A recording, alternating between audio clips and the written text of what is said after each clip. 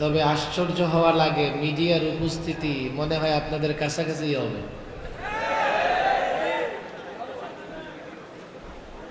এক একটা চোখ শুধু আমার দিকে তাকায় আছে, দেখছেন আপনারা? ইদানিং আবার এগুলো দেখলে আমার একটু ভয় লাগে। একটা সময় টেলিভিশন মিডিয়াতে আমি অনেক কথা বলতাম, অনেক টক শোতে আমি গেছি।